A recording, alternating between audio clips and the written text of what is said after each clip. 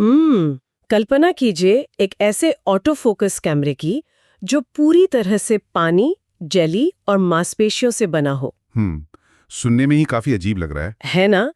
और जो 1 वॉट के 100वें हिस्से से भी कम बिजली पर चलता हो, जिसमें कुदरती तौर पर एंटी ग्लेयर कोटिंग हो, बिल्कुल, जो खुद अपनी सफाई कर सकता हो, और सबसे बड़ी बात, बिना किसी बाहरी लेंस को बदले एक साथ 180 डिग्री का नजारा कैप्चर कर सकता हो। हाँ, मतलब अगर हम किसी गैजेट लवर को ये बताएं तो वो तो पागल ही हो जाएगा। बिल्कुल, सुनने में ये किसी हॉलीवुड की साई-फाई फिल्म का गैजेट लगता है, लेकिन असल में हम इस वक्त ऐसे ही 2 कैमरों के जरिए इस दुनिया को देख रहे हैं।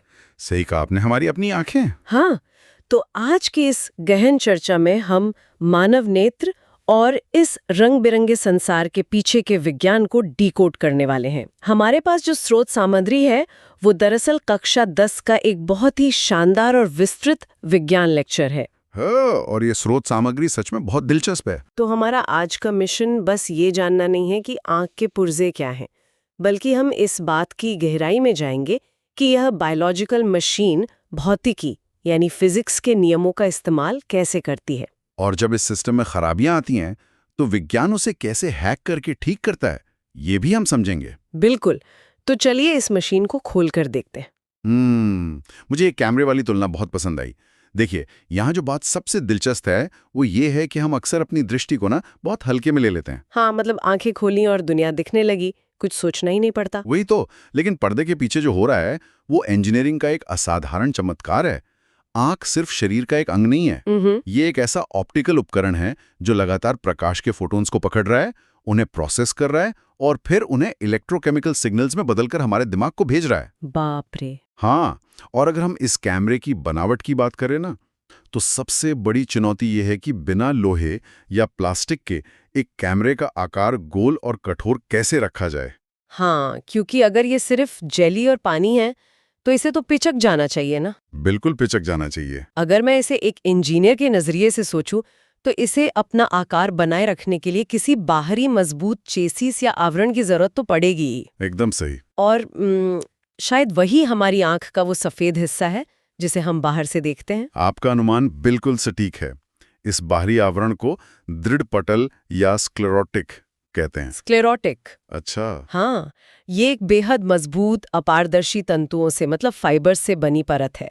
ये आंख का चेसिस है जो अंदर के नाजुक हिस्सों को बचाता है। बिल्कुल, बाहरी झटकों से बचाता है और अंदरूनी दबाव को थाम कर रखता है ताकि आंख गोल बनी रहे। समझ गई। और इसी दृढ़ पटल का सामने वाला हिस्सा जो पारदर्शी होता है और थोड़ा बाहर की तरफ उभरा होता है ना, उसे कॉर्निया कहते हैं। हाँ, तो कॉर्निया वो पहला शीशा है जहां से लाइट अंदर जाती है। हाँ, ये कैमरे के सामने लगे सबसे पहले शीशे की तरह है।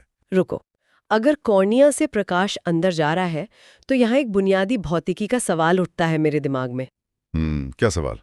देखिए, जब भी प्रकाश किसी बंद गोले या बॉक्स के अंदर जाता है तो वो अंदर की दीवारों से टकराकर वापस बाउंस होता है। हाँ, रिफ्लेक्शन होता है। जैसे अगर हम किसी अंधेरे कमरे में शीशों के बीच एक तेज टॉर्च जलाएं तो हर तरफ चकाचौंध हो जाएगी। बिल्कुल हो जाएगी। लेकिन जब हम तेज धूप में होते हैं तो प्रकाश हमारी आंख के अंदर जाकर टकराता क्यों नहीं? हमें अंदर से चकाचौंध या ग्लेयर क्यों महसूस नहीं होती? ये ऑप्टिक्स की एक बहुत ही गंभीर समस्या है। हाँ? और इसका जो बायोलॉजिकल समाधान हमारी आंखों में है ना, वो हैरान करने वाला है। अच्छा, ऐसा क्या है? कॉर्निया और दृढ़ पटल के ठीक नीचे एक दूसरी परत होती है। हाँ। इसे रक्तक पटल या कोरोइड कहते हैं। कोरोइड? हाँ, ये परत एकदम गहरे काले रंग की होती है और इसमें रक्त वाहिकाओं का जाल बिछा होता है। अब फिजिक्स का एक बेसिक नियम आपको पता ही होगा कि काला रंग प्रकाश का सबसे अच्छा अवशोषक मतलब एब्जॉर्बर होता है। एकदम सही।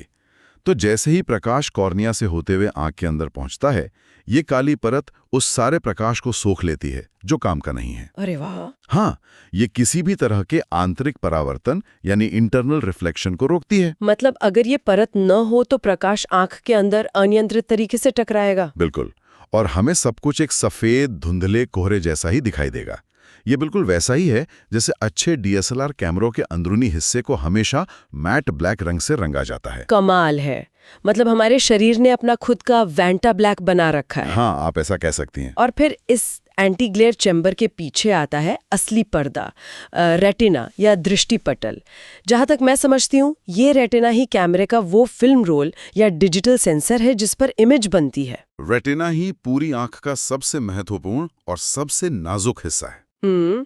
ये लाखों प्रकाश संवेदनशील कोशिकाओं से बनी एक पतली सी झिल्ली होती है। जब प्रकाश की किरणें यहाँ फोकस होती हैं तो ये कोशिकाएं उस प्रकाश को बिजली के छोटे छोटे सिग्नल्स में बदल देती हैं। मतलब इलेक्ट्रिकल सिग्नल्स में? हाँ, अगर रेटिना डैमेज हो जाए ना तो आगे का पूरा सिस्टम चाहे जितना परफेक्ट हो, इंसान कुछ नहीं दिख सकता। लेकिन रेटिना तक कितना प्रकाश पहुंचेगा ये तो कोई कंट्रोल करता होगा। क्यों? आपको ऐसा क्यों लगता है? क्योंकि अगर हम अंधेरे कमरे से अचानक तेज धूप में निकले तो शुरुआत में आंखें चौंधी आ जाती हैं और हम तुरंत पलकें सिकोड़ लेते हैं। हाँ, ये तो है। तो कैमरे के अपर्चर या शटर की तरह काम करने वाला पुर्जा कौन सा है हमारी आंख में? यहाँ मुझे स्रोत सामग्री की एक बहुत ही दिलचस्प बात याद आ रही है। कौन सी बात? हम अक्सर बात करते हैं कि ऐश्वर्या राय की आंखें कितनी खूबसूरत हैं। उनका रंग हल्का नीला हरा सा है। कई लोग सोचते हैं कि ये आंख के गोलक या पुतली का रंग है। हाँ, ये एक बहुत आम गलतफहमी है। बिल्कुल, लेकिन असल में ये एक खास पुर्जे का रंग होता है। आप आइरिस की बात कर रहे हैं? हाँ, आइरिस। देखिए, आंख के बीच में जो एक छोटा सा काला छेद होता है उसे पुतली या प्यूपिल कहते हैं। जहाँ से लाइट अंदर जाती है। सही। और इस पुतली के चारों तरफ जो मांसपेशियों का एक रंगीन छल्ला होता है वो आइरिस है। अच्छा, तो आइरिस ही रंग तय करता है? बिल्कुल। किसी इंसान की आंख का रंग चाहे काला हो, भूरा, नीला या हरा, वो असल में इस आइरिस में मौजूद पिगमेंट का ही रंग होता है। लेकिन आइरिस सिर्फ सुंदरता के लिए तो नहीं होगा? नहीं, बिल्कुल नहीं। ये एक बेहद मजबूत मांसपेशी है। जब रोशनी बहुत तेज होती है तो आइरिस सिकुड़ जाता है और पुतली का आकार छोटा कर देता है। हाँ, ताकि रेटिना पर बहुत ज्यादा प्रकाश पड़कर उसे जला ना दे। और जब हम अंधेरे में जाते हैं तो आइरिस फैल जाता है, पुतली को बड़ा कर देता है, ताकि ज्यादा से ज्यादा प्रकाश अंदर जा सके। समझ गई। ये एक ऑटोमेटिक लाइट मीटर की तरह काम करता है। एकदम सही तुलना है। लेकिन एक मशीन को सुचारू रूप से चलने के लिए ग्रीस या तेल की जरूरत तो होती है। हमारी आंख के अंदर क्या भरा होता है? आप किस संदर्भ में पूछ रही हैं? क्योंकि मैंने गौर किया है कि अगर कभी आंख में कोई छोटा सा मच्छर या धूल का कण चला जाए तो वो अंदर एक तरल पदार्थ में तैरने लगता है। हाँ, बिल्कुल। और हम उसे आसानी से एक कोने में लाकर बाहर निकाल सकते हैं। अगर आंख अंदर से सूखी होती तो वो कण सीधा रेटिना या कॉर्निया पर चिपक कर उसे खरोच सकता था। आपका ऑब्जर्वेशन बहुत कमाल का है। इस मेंटेनेंस और सुरक्षा के लिए ना आंख के अंदर दो खास तरह के तरल पदार्थ यानी फ्लूइड्स काम करते हैं। अच्छा, दो तरह के? हाँ, पहला है जलीय द्रव या एक्वस ह्यूमर। ये कॉर्निया और लेंस के बीच के हिस्से में भरा होता है। ये कैसा होता है? ये बिल्कुल नमकीन पानी जैसा होता है। और मजे की बात यह है कि यही वो द्रव है जो आंसू बनाता है। ओह, तो मतलब आंसू यहीं से आते हैं? हाँ, आपने बिल्कुल सही लॉजिक लगाया था कि ये द्रव आंख के सामने वाले हिस्से को नम रखता है और एक कुशन की तरह काम करता है, ताकि बाहर से आया कोई कण सीधे आंख को नुकसान न पहुंचाए और बहकर बाहर निकल जाए। बिल्कुल। इसके अलावा लेंस और रेटिना के बीच का जो बड़ा हिस्सा होता है उसमें काचाब द्रव या विट्रियस ह्यूमर भरा होता है। विट्रियस ह्यूमर, ये पानी जैसा ही होता है क्या? नहीं, ये एक पारदर्शी जेली जैसा पदार्थ होता है। ये सिर्फ प्रकाश को गुजरने का रास्ता ही नहीं देता, बल्कि आंख के गोलक को अंदर से धकेल के रखता है ताकि वो पिचक ना जाए। अरे वाह, मतलब ये एक तरह का हाइड्रोलिक सस्पेंशन सिस्टम है। एकदम सही। तो अब हमारे पास एक शानदार कैमरा तैयार है। चेसीज है, सेंसर है, ऑटोमेटिक एपर्चर है और हाइड्रोलिक सस्पेंशन भी है। सब कुछ है। लेकिन अगर हम एक डिजिटल कैमरा लें और उससे फोटो खींचें तो वो फोटो तब तक मॉनिटर पर नहीं दिखेगी जब तक हम कैमरे को एक डेटा केबल से कंप्यूटर से कनेक्ट ना करें। हाँ, डेटा ट्रांसफर तो करना ही पड़ेगा। और आंख तो सिर्फ रोशनी को मोड़कर एक तस्वीर खींच रही है ना।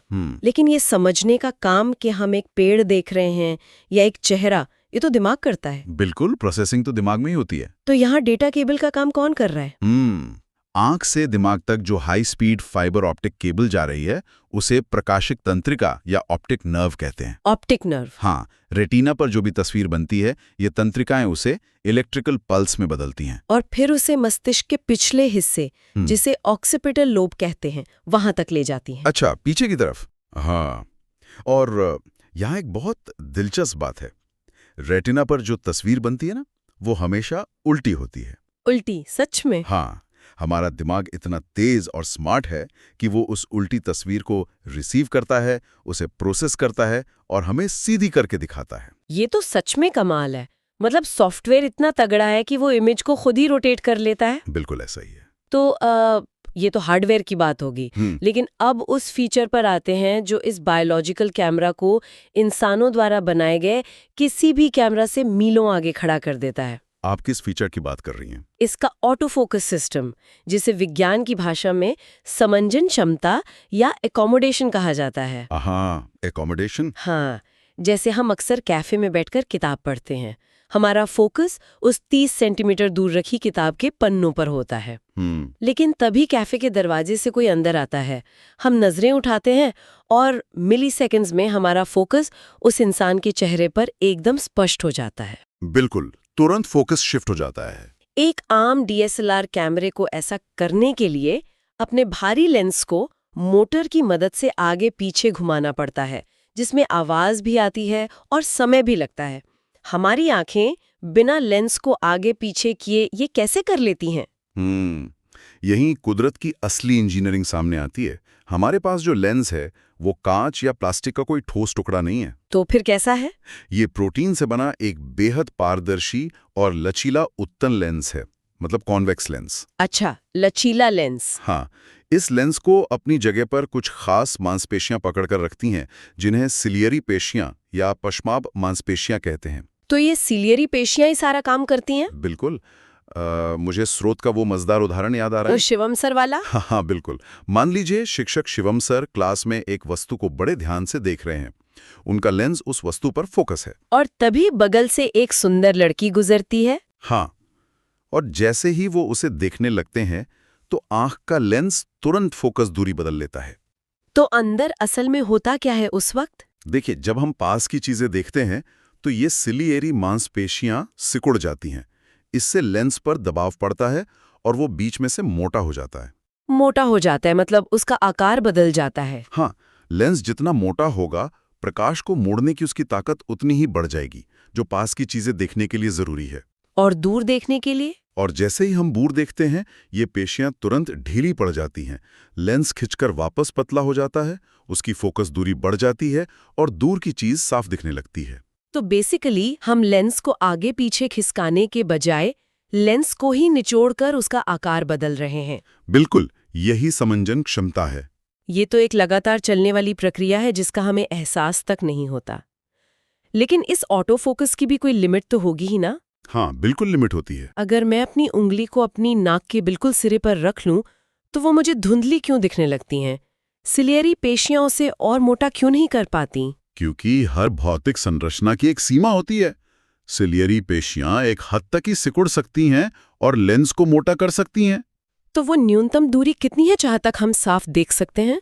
एक स्वस्थ इंसान बिना अपनी आंखों पर बहुत ज्यादा जोर डाले जिस न्यूनतम दूरी तक स्पष्ट देख सकता है, उसे निकट बिंदु या नियर पॉइंट कहते हैं। यह दूरी औसतन 25 सेंटीमीटर होती है।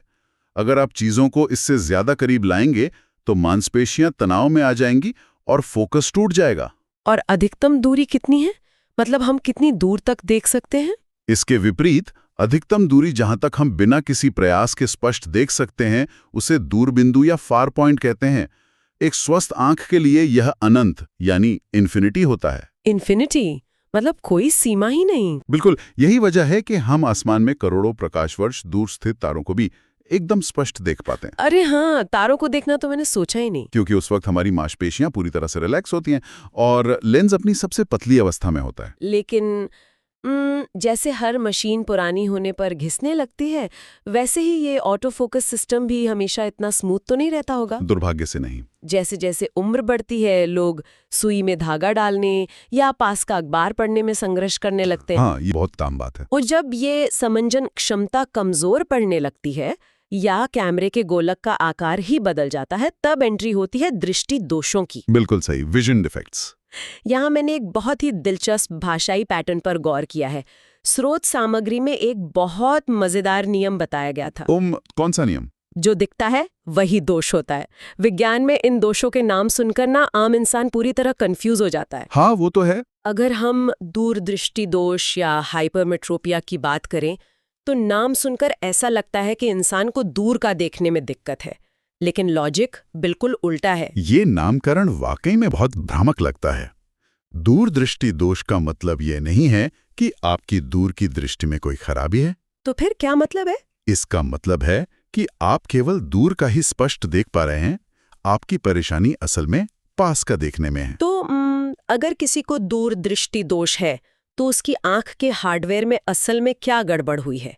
क्या सीलियरी पेशियों ने काम करना बंद कर दिया है? नहीं, इसमें समस्या आमतौर पर पेशियों की नहीं होती, बल्कि आंख के गोलक यानी आईबॉल के आकार की होती है। अच्छा, आईबॉल का आकार बदल जाता है। हाँ, दूरदृष्टि दोष में आंख का गोलक सिकुड़कर सामान्य से थोड़ा छोटा हो जाता है। तो इससे फोकस पर क्या असर पड़ता है? अब इसे ऐसे समझिए, आपका लेंस जहां पहले फोकस कर रहा था, वो अभी भी वही फोकस कर रहा है, लेकिन पीछे का पर्दा यानी रेटिना वो अपनी जगह से थोड़ा आगे खिसक गया है, क्योंकि गोलक छोटा हो गया है। बिल्कुल। नतीजा ये होता है कि जब कोई पास रखी वस्तु से प्रकाश किरणें आती हैं, तो लेंस उन्हें रेटिना पर मिलाने के बजाय रेटिना के पीछे ले जाकर मिलाता है। ओह, और चूंकि रेटिना पर किरणें एक बिंदु पर नहीं मिल रही, इसलिए छवि धुंधली हो जाती है। अगर मैं इसे ठीक करने की कोशिश करूं, तो अगर गोलक छोटा हो गया है और इमेज रेटिना के पीछे बन रही है, तो हमें प्रकाश की किरणों को थोड़ा पहले ही सिकोड़ना पड़ेगा ना? हाँ, कन्वर्ज करना पड़ेगा, ताकि वे रेटिना तक पहुंचते पहुंचते मिल जाए। इसके लिए हमें एक ऐसा लेंस चाहिए जो प्रकाश को मोड़कर इकट्ठा करता हो। बिल्कुल सही दिशा में सोच रही हैं आप। क्या इसीलिए चश्मे में उत्तल लेंस यानी कॉन्वेक्स लेंस का इस्तेमाल होता है? आपकी डिडक्शन बिल्कुल परफेक्ट है। उत्तल लेंस किनारों से पतला और बीच से मोटा होता है। इसका काम ही प्रकाश को सिकोड़ना है। तो ये लेंस आंख के लेंस की मदद करता है। हाँ, जब हम चश्मे में उत्तल लेंस लगाते हैं, तो वो प्रकाश को आंख में जाने से पहले ही थोड़ा सा सिकोड़ देता है। अच्छा, इससे आंख के अपने प्राकृतिक लेंस को एक हेड स्टार्ट मिल जाता है और वो आसानी से किरणों को ठीक रेटिना पर फोकस कर देता है। और अगर हम निकट दृष्टि दोष यानी मायोपिया की बात करें, तो इसका मतलब है कि इंसान को पास का तो एकदम साफ दिख रहा है, लेकिन दूर की चीजें धुंधली हो गई हैं। एकदम सही। तो इसमें आंख के गोलक का आकार बड़ा हो जाता होगा? बिल्कुल। निकट दृष्टि दोष में आई बॉल खिंचकर सामान्य से लंबा या बड़ा हो जाता है। पर्दा पीछे खिसक गया। तो अब किरणें रेटिना तक पहुंच ही नहीं पाती? सही कहा। अब जब दूर से प्रकाश किरणें आती हैं, तो आंख का लेंस उन्हें रेटिना तक पहुंचने से पहले ही बीच में ही कहीं फोकस कर देता है। इमेज रेटिना के आगे बन जाती है। तो इस बार हमें प्रकाश की किरणों को थोड़ा फैलाना होगा, डाइवर्ज करना होगा, ताकि वे लंबी यात्रा करके रेटिना तक पहुंच सकें। बिल्कुल। और फैलाने का काम करता है अवतल लेंस या कॉन्केव लेंस। एकदम सही। यहाँ मुझे स्रोत में दी गई शब्दों को याद रखने की एक बहुत ही मजेदार ट्रिक याद आ रही है, जो शायद बहुत से लोगों के काम आ सकती है। वो अक्षरों की गिनती वाली। हाँ, ये शब्दों के अक्षरों की गिनती का खेल है। देखिए, दूर शब्द में सिर्फ 2 अक्षर हैं, मतलब ये छोटा शब्द है। तो इसमें आंख का गोलक छोटा हो जाता है, और इसे ठीक करने के लिए जो लेंस लगता है उत्तल, उसमें भी 3 अक्षर हैं, जो अवतल के 4 अक्षरों के मुकाबले कम है। ये एक बहुत ही शानदार निमोनिक है। जटिल वैज्ञानिक कॉन्सेप्ट्स को याद रखने का ये बेहतरीन तरीका है। और इसका उल्टा भी बिल्कुल फिट बैठता है। निकट शब्द में 3 अक्षर हैं, मतलब ये बड़ा शब्द है, तो इसमें गोलक बड़ा हो जाता है। बिल्कुल। और इसका इलाज अवतल लेंस है, जो उत्तल से बड़ा शब्द है। इस लॉजिक के बाद तो कोई चाह के भी कंफ्यूज नहीं हो सकता। स्रोत में उस दादी का उदाहरण था। इसमें क्या होता है? जैसे जैसे हमारी उम्र बढ़ती है ना, हमारी मांसपेशियां अपना लचीलापन खोने लगती हैं। आंख की सिलेरी पेशियां भी कमजोर हो जाती हैं और लेंस भी थोड़ा कड़ा यानी रिजिड हो जाता है। तो लेंस अपना आकार नहीं बदल पाता? बिल्कुल। इसका परिणाम ये होता है कि व्यक्ति की समंजन क्षमता काम करना बहुत कम कर देती है। तो इंसान को क्या दिक्कत आती है? एक स्थिति ऐसी आती है जब इंसान को ना तो दूर का साफ दिखाई देता है और ना ही पास का। उनका पूरा ऑटो फोकस सिस्टम ही जाम हो जाता है। तो क्या ऐसे इंसान को हर वक्त 2 अलग-अलग चश्मे साथ लेके घूमने पड़ेंगे? एक दूर का नजारा देखने के लिए और एक पास की किताब पढ़ने के लिए? शुरुआती दौर में ऐसा ही होता था, जो कि बहुत असुविधाजनक था। लेकिन फिर ऑप्टिक्स के विशेषज्ञों ने इंसानी व्यवहार का अध्ययन करके एक मास्टरपीस डिजाइन तैयार किया।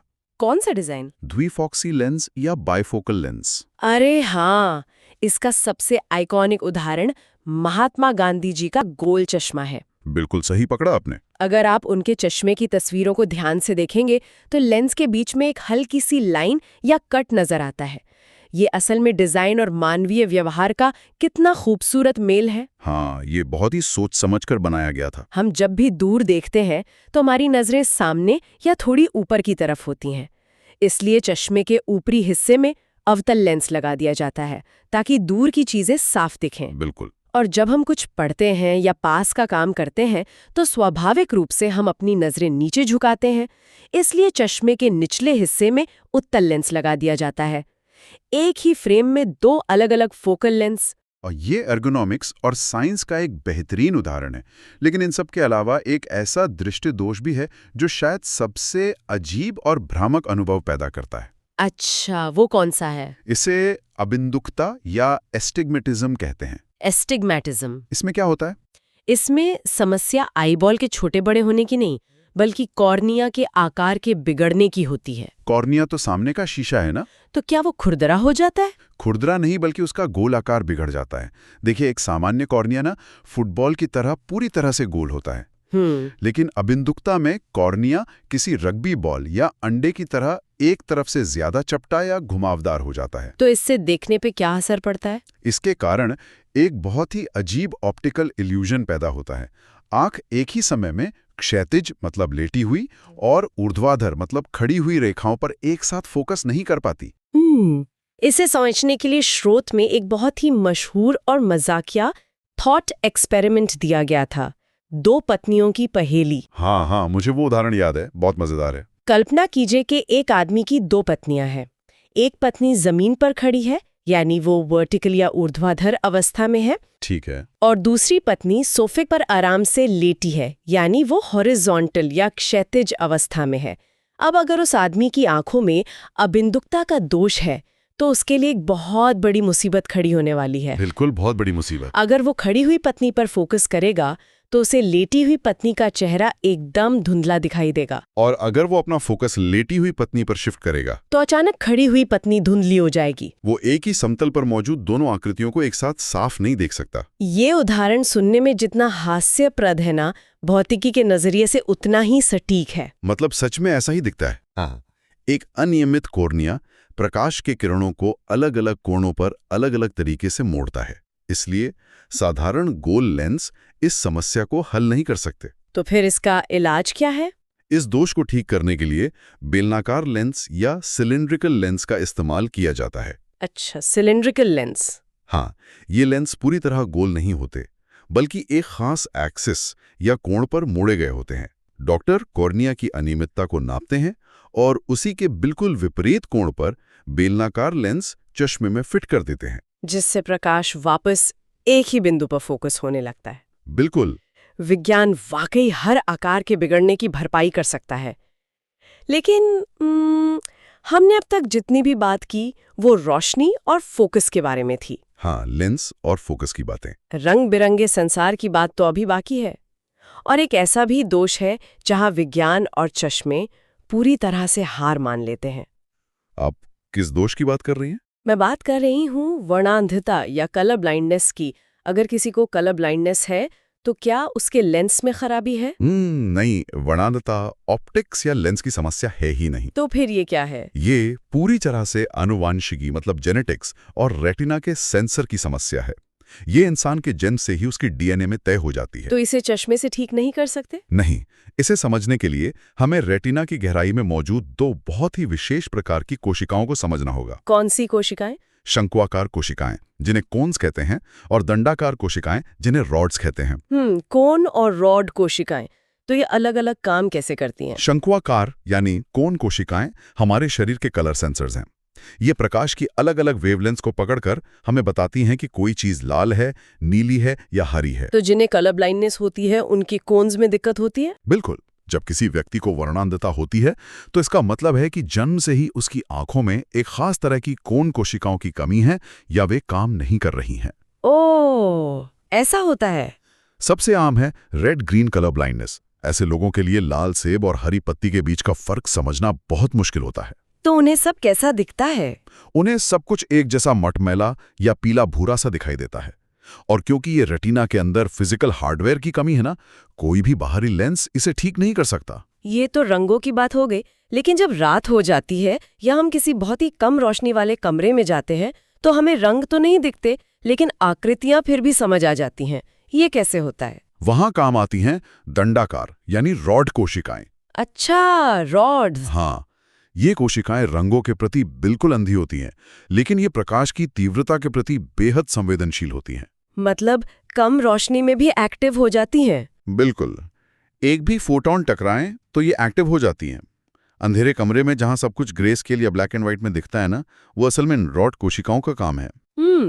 इसी बात पर जीव विज्ञान का एक बहुत ही शानदार उदाहरण सामने आता है जिसने मेरे सोचने का नजरिया ही बदल दिया। कौन सा उदाहरण? हम अक्सर सोचते हैं कि मुर्गा हमेशा सुबह सुबह ही बांग क्यों देता है, क्या उसके अंदर कोई घड़ी लगी है? हाँ, लोग अक्सर यही सोचते हैं। लेकिन विकासवादी जीव विज्ञान मतलब इवोल्यूशनरी बायोलॉजी हमें बताता है कि मुर्गों के रेटिना की संरचना इंसानों से बहुत अलग होती है। बिल्कुल अलग होती है। मुर्गों की आंखों में दंडाकार यानी रॉड कोशिकाओं की भारी कमी होती है। एकदम सही। रॉड कोशिकाओं की कमी का मतलब है कि वे कम रोशनी में देखने में पूरी तरह अक्षम होते हैं। जैसे ही शाम ढलती है, मुर्गों के लिए पूरा अंधेरा हो जाता है। लेकिन इसका दूसरा पहलू ये है कि सुबह 4 या 5 बजे के करीब जब क्षितिज पर सूरज की किरणें आनी शुरू होती हैं, हाँ, एक ऐसी रोशनी जिसे इंसान शायद महसूस भी न कर पाए। वही मुर्गे की आंखों के लिए वो एक नाटकीय बदलाव होता है। उसके सेंसर इतने अलग तरीके से कैलिब्रेट है कि वो हल्की सी भोर की किरण उसे ऐसे महसूस होती है जैसे अचानक तेज दिन निकल आया हो। और वो जोर जोर से बांग देकर सबको जगाने लगता है। मतलब वो समय नहीं देख रहा है, वो बस अपनी आंखों के सीमित हार्डवेयर के हिसाब से प्रतिक्रिया दे रहा है। बिल्कुल। अगर हम इन सारी बातों को स्क्लेरा के चैसिस से लेकर सिलियरी पेशियों के ऑटोफोकस और रॉड कॉर्न कोशिकाओं के केमिकल रिएक्शंस तक एक साथ जोड़कर देखें तो समझ आता है कि हमारी आंखें सिर्फ दुनिया में झांकने वाली 2 खिड़कियां नहीं हैं। बिल्कुल नहीं। ये भौतिकी, जीव विज्ञान और न्यूरोलॉजी का एक ऐसा सिम्फनी है जो हर सेकंड चल रहा है। सच में? आज की इस देन चर्चा के बाद मुझे यकीन है कि जब भी हम या कोई भी व्यक्ति अपना चश्मा साफ करेगा या कैमरे के लेंस को घुमाकर फोकस करेगा तो उसे एहसास होगा कि उसके दिमाग के ठीक बाहर एक कितना बड़ा वैज्ञानिक चमत्कार बिना रुके काम कर रहा है। यही विज्ञान की सुंदरता है। ये हमारे रोजमर्रा के अनुभवों को, जिन्हें हम हल्के में लेते हैं, एक गहरा अर्थ और सम्मान देता है। हमारी आंखें वास्तव में ब्रह्मांड को समझने का हमारा सबसे शक्तिशाली उपकरण है। इसमें कोई शक नहीं है। लेकिन जाते जाते एक ऐसा विचार है जो मुझे पिछले कुछ समय से परेशान कर रहा है। वो क्या? हमने इतनी परफेक्शन की बात की, लेकिन हमारी आंखों के डिजाइन में ना एक बहुत बड़ा बाग या खामी भी है, जिसे अंध बिंदु या ब्लाइंड स्पॉट कहा जाता है। ओह, ब्लाइंड स्पॉट। हाँ, रेटिना का वो हिस्सा जहां सारी ऑप्टिक नर्व्स एक साथ मिलकर आंख के पिछले हिस्से से बाहर निकलती हैं और दिमाग की तरफ जाती हैं। और सबसे चौंकाने वाली बात यह है कि उस जगह पर कोई पर्दा नहीं है, वह न तो कोई कोन कोशिकाएं हैं, न ही कोई रॉड कोशिकाएं। तो वहां कोई सेंसर ही नहीं है। बिल्कुल।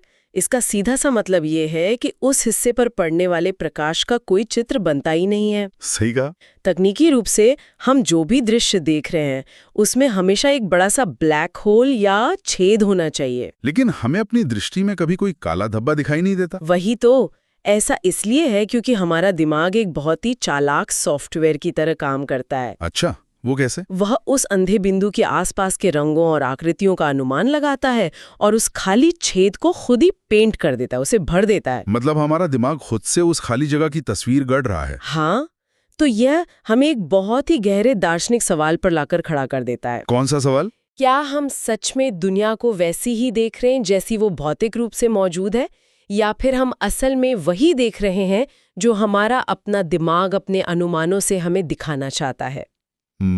ये तो सच में सोचने वाली बात है। इस विचार के साथ हम आज की इस गहन चर्चा को यहीं विराम देते हैं। अगली बार जब कोई भी इस दुनिया के खूबसूरत नज़ारों को देखे तो इस बात पे जरूर गौर करे कि वो असल में क्या देख रहा है।